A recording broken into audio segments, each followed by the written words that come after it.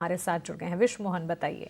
देखिए, आज शुरुआत से ही ट्रेडिंग नहीं हो पा रही है एमसीएक्स पर, और अब कहा जा रहा है एक्सचेंज पर जो उन्होंने नोटिफिकेशन दिया है उसके हिसाब से 9:45 में, यानी अब से कुछ ही चंद मिनटों में ये ट्रेडिंग शुरू हो जाएगी और नए सिरे से शुरू होगी। ये नहीं कि जो 9 बजे के टाइमिंग 9 बजे की होती है तो 45 मिनट देरी से शुरू हो रही है। हमने कई सारे जो एमसीएक्स के मेंबर्स हैं, जो एनालिस्ट हैं, ब्रोकर्स हैं, जिनकी मेंबरशिप है एमसीएक्स के साथ, उनसे बातचीत की तो उनका यही कहना है कि ये इश्यूज बार बार आ रहे हैं। उनसे जो फाइल शेयर किए जा रहे हैं उस डेटा में भी काफ़ी मिसमैच रहते हैं। इसकी शिकायत भी एमसीएक्स के पास भी की। इस वजह से होता क्या है कि मेंबर्स पे आउट भी कई बार ज़्यादा कर लेते हैं।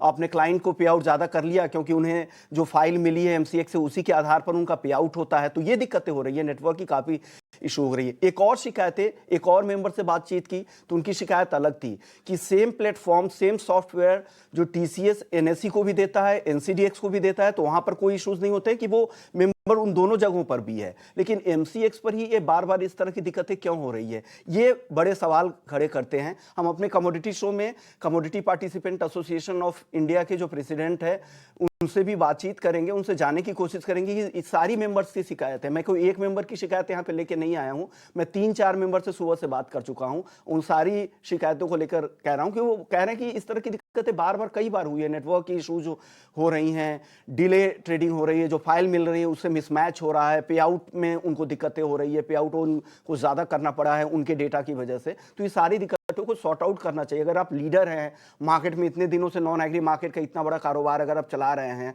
95% आपके पास वॉल्यूम है, उसके बाद भी अगर इस तरह की दिक्कतें आती हैं तो सवाल तो खड़े होंगे और मेंबर्स फिर किसी दूसरे प्लेटफॉर्म पे भी शिफ्ट हो सकते हैं। इस तरह की दिक्कतें होंगी तो हम जरूर इस पे लगातार इस खबर पर अपडेट लेते रहेंगे।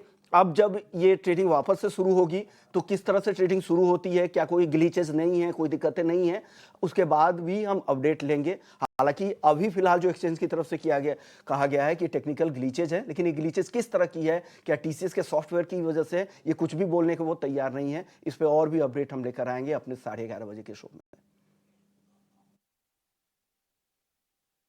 ठीक है विश्व मोहन, इस पर अपडेट आपसे आगे भी लेंगे। और 9:45 उन्होंने बोला था कि ट्रेडिंग की शुरुआत हो जाएगी, लेकिन मतलब अक्टूबर 2023 में वो टीसीएस वाले प्लेटफॉर्म पर गए थे। उसके पहले 63 मून्स टेक्नोलॉजी का प्लेटफॉर्म यूज़ कर रहे थे, उसको उन्होंने छोड़ा, फिर टीसीएस के प्लेटफॉर्म पर गए। एमसीएक्स